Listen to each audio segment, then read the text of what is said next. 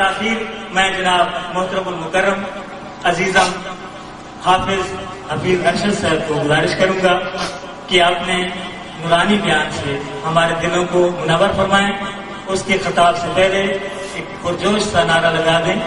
نعرہ تکبیر، نعرہ رسالت، جشن ولادت مصطفیٰ، علماء اہل سنت. وعلى رسوله الكريم. أما بعد فأعوذ بالله من الشيطان الرجيم. بسم الله الرحمن الرحيم. سنريهم آياتنا في الآفاق وفي أنفسهم. صدق الله مولانا العظيم وبلغنا رسوله النبي الكريم الرؤوف الرحيم ونحن على ذلك لمن الشاهدين والشاكرين والحمد لله رب العالمين. قال الله تبارك وتعالى في شان حبيبه مخبرا وآمرا إن الله وملائكته يصلون على النبي يا أيها الذين آمنوا صلوا عليه وسلموا تسليما. اللهم صل على سيدنا مولانا محمد وعلى آل سيدنا مولانا محمد وبارك وسلم عليه. الصلاة والسلام عليك يا سيدي يا رسول الله. الصلاة والسلام عليك يا سيدي يا حبيب الله.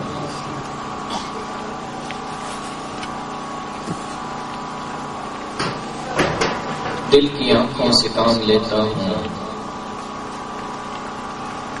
دل کی آنکھوں سے کام لیتا ہوں، ان کے دامن کو تھام لیتا ہوں. دل کی آنکھوں سے کام لیتا ہوں، ان کے دامن کو تھام لیتا ہوں. دور ہوتی ہیں مشکلیں ساری جب محمد کا نام لیتا ہوں. عالم کون مقام پر ہے حکومت تیری، عالم کون مقام پر ہے حکومت تیری. تو جہانوں کا ہے سلطان مدینے والے. عالم کون مقام پر ہے حکومت تیری. تو جہانوں کا ہے سلطان مدینے والے. تجھ پہ قربان کروں گھر عزت و عصمت اپنی. تجھ پہ قربان کروں گھر عزت و عصمت اپنی. تجھ پہ قربان دل و جان مدینے والے. اور ماحول چونکہ تھوڑا سا سرائکی ہے، کسی شاعر نے بہت خوبصورت ایک نعت لکھی ہے سرائکی نے. میں آپ کی سماعتوں کی نظر کروں گا. بعض لوگ ہیں آپ جنہیں وہ خود خدا ہے کہ جنہیں وہ خود الہ ہے کہ انہیں رب دے خزانے وچ محمد مصطفیٰ ہے کہ جنہیں وہ خود خدا ہے کہ جنہیں وہ خود الہ ہے کہ انہیں رب دے خزانے وچ محمد مصطفیٰ ہے کہ نہ اس دے نال دا کوئی نبیاں چوں نبی آیا، نہ اس دے نال دا کوئی نبیاں چوں نبی آیا. جتے جبریل نہیں گیا سونا اتھو بھی تھی آیا. نہ اس دے نال دا کوئی نبیاں چوں نبی آیا.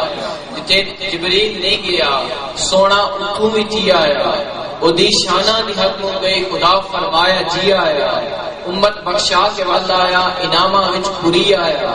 جویں لوح دے قلم والا ہے سارا سلسلہ ہے کہ اویں رب دے خزانے وچ محمد مصطفیٰ ہے. او نورا رب دا یسرف نو مدینہ ون وڑیندے جا. او نورا رب دا یسرف نو مدینہ ون وڑیندے جا. ابو جہل دی مٹھی وچ او پتھراں نو بلیندے جا. کریندے چند دو ٹکڑے گیا سورج بلیندے جا. کریندے چند دو ٹکڑے گیا سورج بلیندے جا. او دے دل دی رضا کیتے خدا کعبہ وٹیندے جا. جویں مطلوب تے طالب دی ہر لحظہ رضا ہے کہ اویں رب دے خزانے وچ محمد مصطفیٰ ہے. او دے صدیق دے ورگا کسے دا ہم سفر کوئی نہیں. او دے صدیق دے ورگا کسے دا ہم سفر کوئی نہیں. ہماری ہر نبی دے ہن کسے کولوں عمر کوئی نہیں. او دے صدیق دے ورگا کسے دا ہم سفر کوئی نہیں. ہماری ہر نبی دے کسے کوئی عمر کوئی نہیں، حضرت عثمان دے دیا حیا وچ معتبر کوئی نہیں، علی دے نال دا جمنا بہادر دا حشر کوئی نہیں، جویں اے چار افضل ہیں بیچاراں دی صلاح کے اویں رب دے خزانے وچ محمد مصطفیٰ ہے۔ بعد از حمد و ثنا ذی وقار ذی احترام محترم المقام نقیب محفل، بلکہ کیونکہ یہ جانے محفل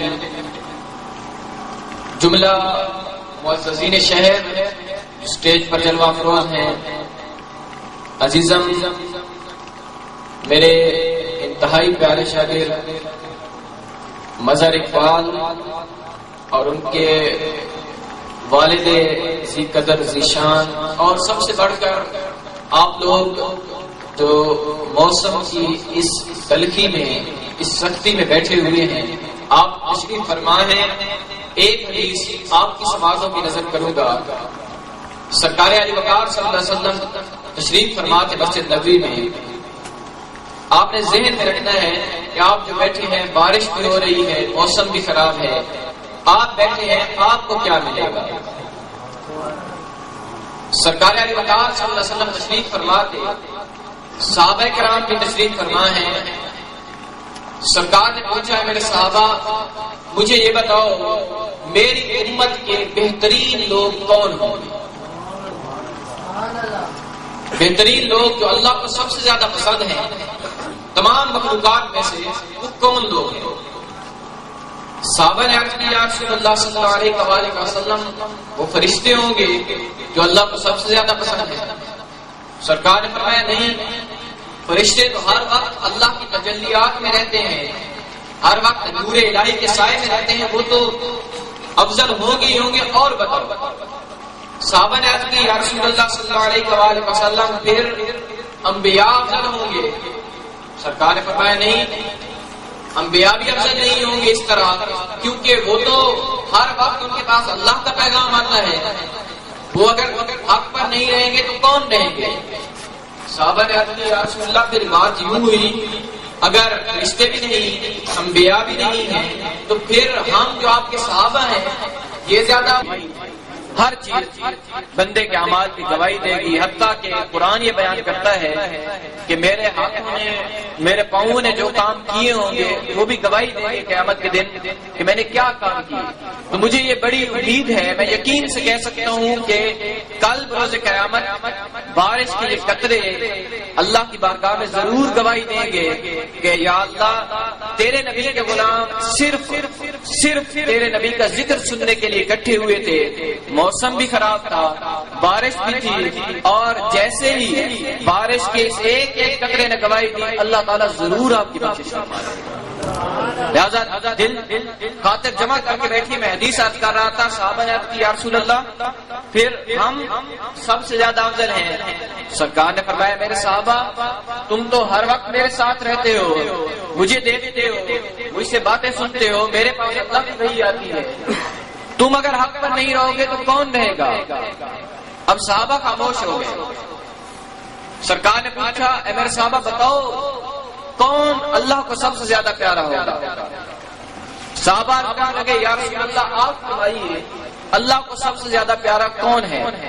سرکار کی رحمت جوش میں آئی، حدیث کے الفاظ ہے آپ کا چہرہ سرخ ہوتا ہے اور آپ کھڑے ہو جاتے ہیں، آپ فرمانے لگے اے میرے صحابہ مجھے اللہ کی عزت اور جلال کی قسم ہے، مجھے اس کی رحمت کی قسم ہے، اللہ کو سب سے زیادہ پیارے بندے وہ ہوں گے جو میری امت کے آخر میں آئیں گے، انہوں نے مجھے دیکھا نہیں ہوگا، میرا دیدار نہیں کیا ہوگا، لیکن وہ میرا ذکر کرنے کے لیے جمع ہوں گے، وہ مجھے بھی زیادہ پسند ہوں گے، اللہ کو بھی سب سے زیادہ پسند ہوں گے۔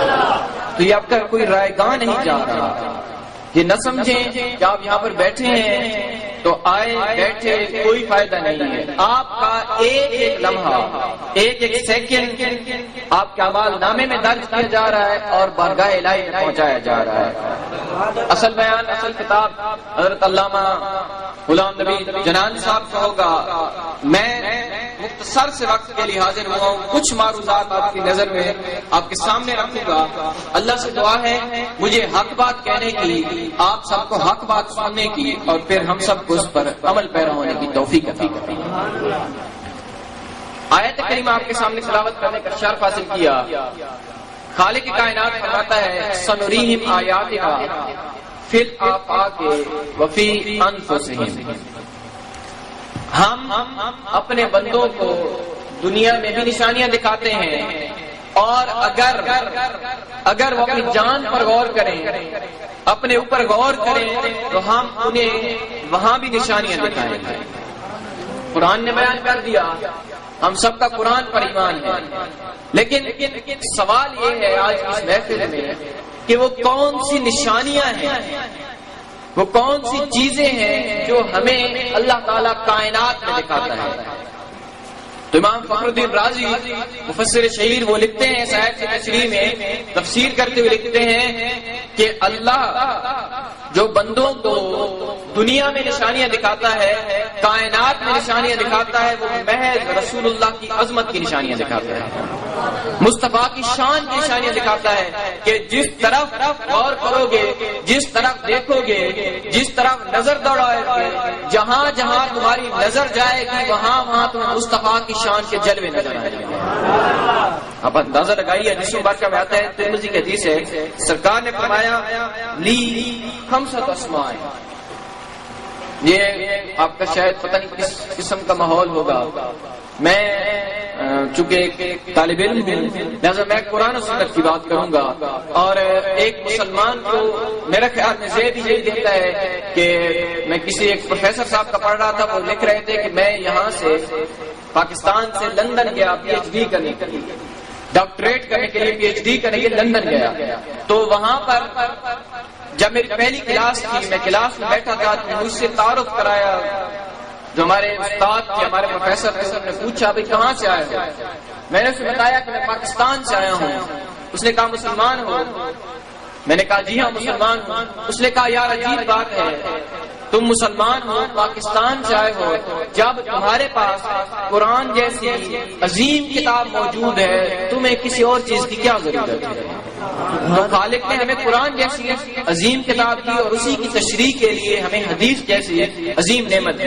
میں ایک حدیث آپ کے سامنے رکھوں گا. سرکار نے فرمایا لی خمسۃ اسماء، میرے 5 نام ہیں. انا محمد، میرا پہلا نام محمد ہے.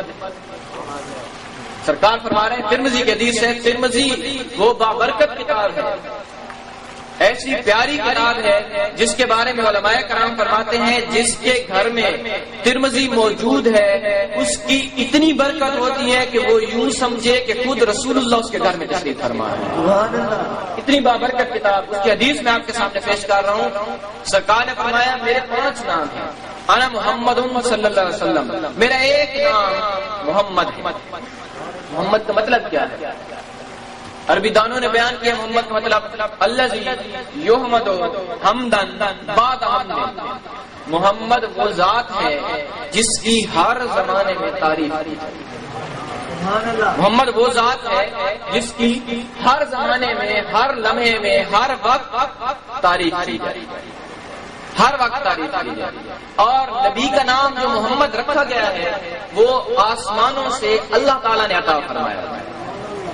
اب ذرا غور کیجئے گا، قرآن کہتا ہے حل عطا علی الانسان حین من الدہر لم یکن شیئا مذکورا. انسان پر ایک وقت ایسا آیا، سورہ دہر سے پہلے آیا، ایک وقت انسان پر ایسا ہے جس میں انسان نہیں تھی، کوئی قابل ذکر چیز نہیں تھی. آپ سائنس اٹھا کر دیکھ لیں، قرآن اٹھا کر دیکھ لیں، حدیثیں اٹھا کر دیکھ لیں، آپ کو واضح پتہ چلے گا کہ ایک زمانہ ایسا تھا جس میں یہ دنیا نہیں تھی، جنت نہیں تھی، دوزخ نہیں تھی، کچھ بھی نہیں تھا، کوئی چیز نہیں تھی. قرآن نے بیان کیا حل عطا علی الانسان حین من الدہر لم یکن شیئا مذکورا، کہ انسان پر ایک زمانہ ایسا ہے جس میں انسان کوئی چیز نہیں تھا، کچھ بھی موجود نہیں تھا. یہ گھر، یہ باغات، یہ پہاڑ، یہ ندیاں، یہ جھیلیں، جنت، دوزخ، لوح، عرش، کرسی، کچھ بھی نہیں تھا. ایک ذات الہی کی قرآن بیان کر رہا ہے۔ اب نبی کے نام کی میں نے آپ کو تعریف بتائی کہ محمد کون ہے؟ الذی یحمد حمدن بعد حمد، جس کی ہر زمانے میں تعریف کی جائے۔ اور قرآن کہتا ہے کہ انسانوں پر ایک زمانہ ایسا بھی آیا ہے جب کوئی انسان نہیں ہوتا تھا۔ آج آپ موجود ہیں، میں موجود ہوں، پوری کائنات موجود ہے، وہ محمد رسول اللہ کی تعریف کر رہی ہے۔ جب کوئی نہیں تھا اس وقت محمد کی تعریف کون کرتا تھا؟ تو محمد نام رکھ کے خالق نے یہ اعلان فرما دیا ہے کہ اے انسانوں، جب تک تم ہو تم محمد رسول اللہ کی تعریفیں کرتے رہو، جب تم نہیں تھے اس وقت بھی اللہ محمد کی تعریفیں کرتا تھا، جب تم نہیں رہو گے اس وقت بھی اللہ محمد کی تعریفیں کرتا رہے گا۔ اس وقت بھی وہ کس شاعر نے بڑی خوبصورت بات کہی ہے نا کہ خدا ہے ذاکر میرے نبی کا، خدا ہے ذاکر میرے نبی کا، یہ ذکر کبھی بھی نہ ختم ہوگا۔ خدا ہے ذاکر میرے نبی کا، یہ ذکر کبھی بھی نہ ختم ہوگا۔ ازل سے میرے نبی کی محفل سجی ہوئی تھی، سجی رہے گی۔ شروع سے ذکر مصطفیٰ کی محفل سجی ہوئی تھی، کوئی نہیں رہے گا۔ خالق اپنے رسول کی، اپنے بندے کی، اپنے مخلوق کی، اپنے محبوب کی تعریف ضرور کرتا رہے گا۔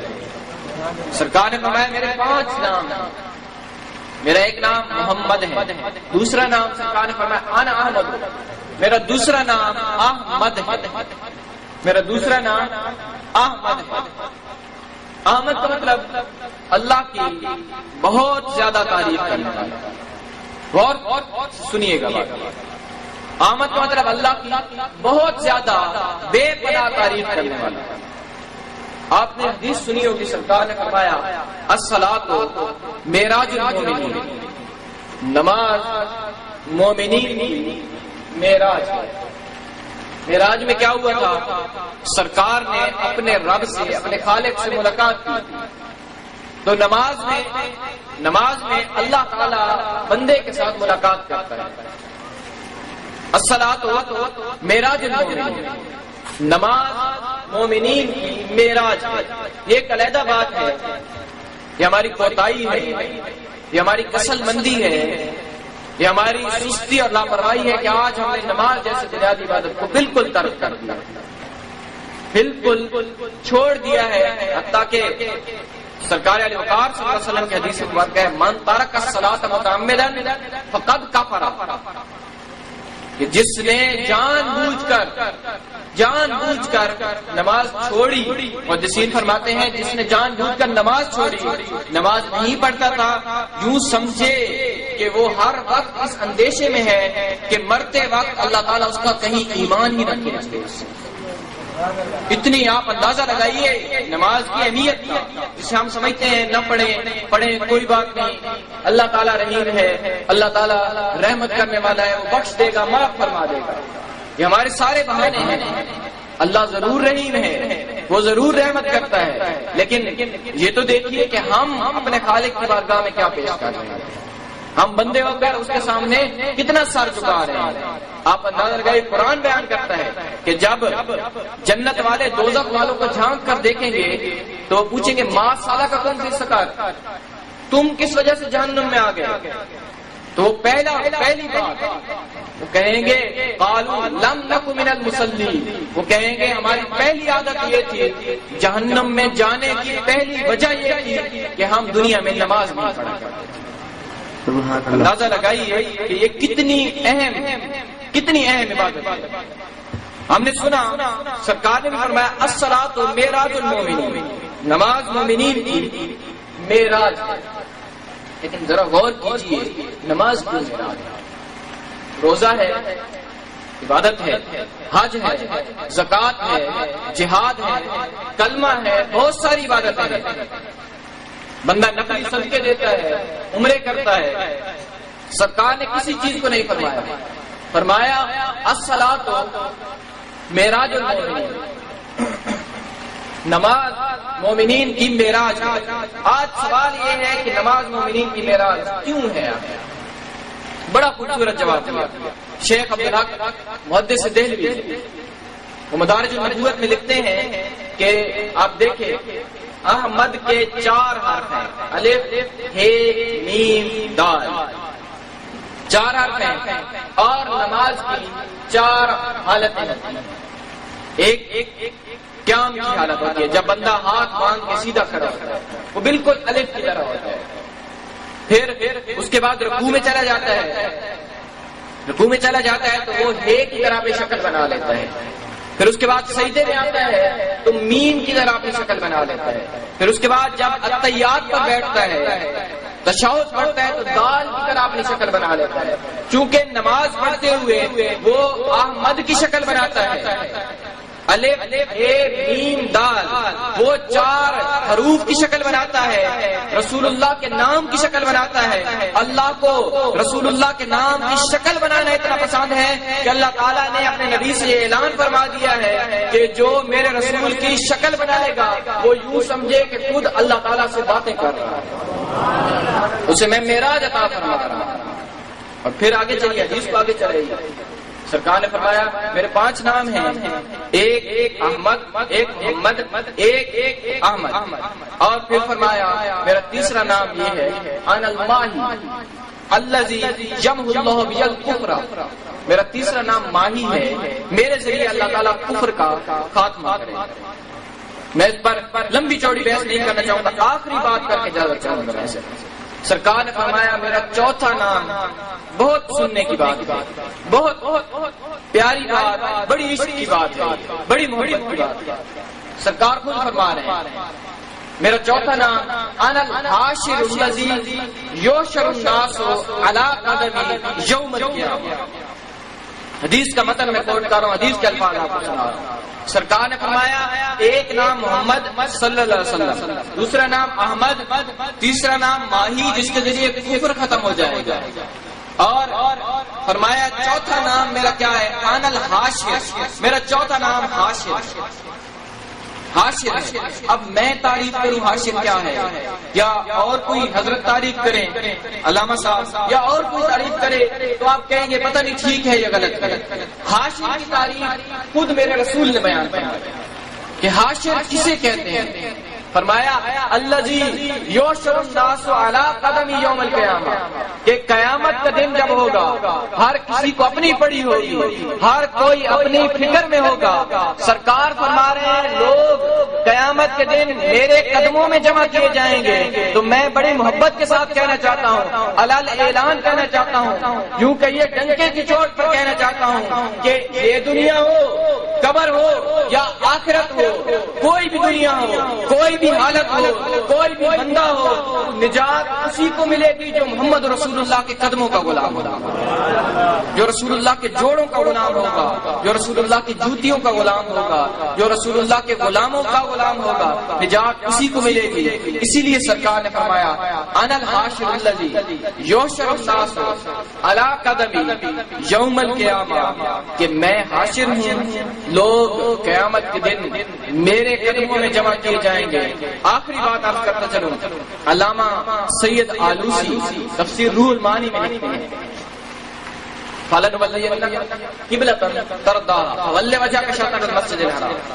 اس آیت کی تفسیر کرتے ہوئے علامہ سید محمود آلوسی لکھتے ہیں کہ اللہ تعالیٰ نے نبی کو فرمایا اے میرے نبی، علامہ سید آلوسی کے الفاظ تفسیر روح المعانی، اے میرے نبی ہر کسی کا کوئی نہ کوئی قبلہ ہوتا ہے جس کی طرف وہ منہ کرتا ہے۔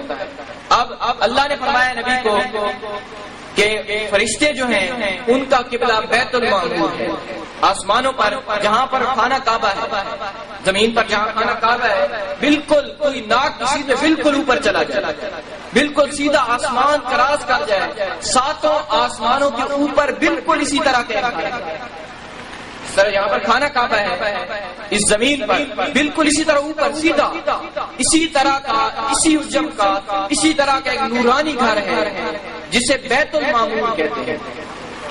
سرکار نے فرمایا، علامہ آلوسی فرما رہے ہیں کہ اللہ تعالیٰ فرماتا ہے میرے نبی ہر کسی کا کوئی نہ کوئی قبلہ ہوتا ہے۔ بڑی عجیب و غریب بات ہے کہ جو آسمان کے فرشتے ہیں ان کا قبلہ بیت المعمور ہے، وہ بیت المعمور کے گرد طواف کرتے ہیں، چکر لگاتے ہیں۔ پھر فرمایا اے میرے نبی جو آپ سے پہلی امتیں گزری ہیں ان کا قبلہ بیت المقدس ہے، وہ بیت المقدس کی طرف منہ کر کے نماز پڑھتے تھے، اور فرمایا اے نبی جو آپ کی امت ہے ان کا قبلہ بیت اللہ ہے۔ اب جملے سنیے گا اور میں اجازت چاہوں گا، علامہ آلوسی لکھ رہے ہیں کہ اللہ فرما رہا ہے اے نبی آپ کی امت کا قبلہ بیت اللہ ہے، خانہ کعبہ ہے، اور اے نبی آپ کی ذات کا قبلہ اللہ تعالیٰ ہے، اور اللہ کی ذات کا قبلہ محمد رسول اللہ ہے۔ اس سے بڑھ کر بات نہیں ہو سکتی، اس سے بڑھ کر عشق کی بات نہیں ہو سکتی، اس سے بڑھ کر محبت کی بات نہیں ہو سکتی۔ آئیے آج آپ کی آنکھیں ہماری آنکھیں دیکھ رہی ہیں، کان سن رہے ہیں، زبانیں بول رہی ہیں۔ اللہ نے ہمیں جوانیاں دی ہیں، طاقتیں دی ہیں، اللہ نے حسن دیا، خوبصورتیاں دی، مال دیا، وقت دیا، سب کچھ دیا۔ نعرہ ہم لگاتے ہیں غلامی رسول میں، موت بھی قبول ہے، گر ہو نہ عشق مصطفیٰ تو زندگی فضول ہے۔ ایک سوال میں آپ کے ذمہ چھوڑے جاؤں گا کہ کیا غلامی رسول میں ہمیں موت قبول ہے اور رسول اللہ کے طریقے کے مطابق زندگی گزارنا ہمیں قبول نہیں ہے؟ غلامی رسول میں ہم مر سکتے ہیں، سر کٹا سکتے ہیں، لیکن رسول اللہ کی غلامی میں سر جھکا نہیں سکتے۔ ہم 5 وقت اپنے رب کی بارگاہ میں سر نہیں جھکا سکتے، ہم دین کی طرف نہیں آ سکتے، تو کیا ہم کھوکھلے دعوے نہیں کر رہے؟ جو زندگی رسول اللہ کی غلامی میں نہیں گزار سکتا وہ سر کیسے کٹائے گا؟ تو آئیے اپنے آپ کو رسول اللہ کے طریقوں کا پابند کریں، اپنے آپ کو رسول اللہ کی اداؤں کا پابند کریں۔ آئیے نقل مارنے کی کوشش کریں، نقل مار کے طالب علم پاس ہو جاتے ہیں، آئیے رسول اللہ کی نقل مارنے کی کوشش کرتے ہیں، کیا پتا اللہ تعالیٰ کو رسول اللہ کی نقل مارنا پسند آ جائے۔ آئیے ان کی اداؤں کو اپنائیں۔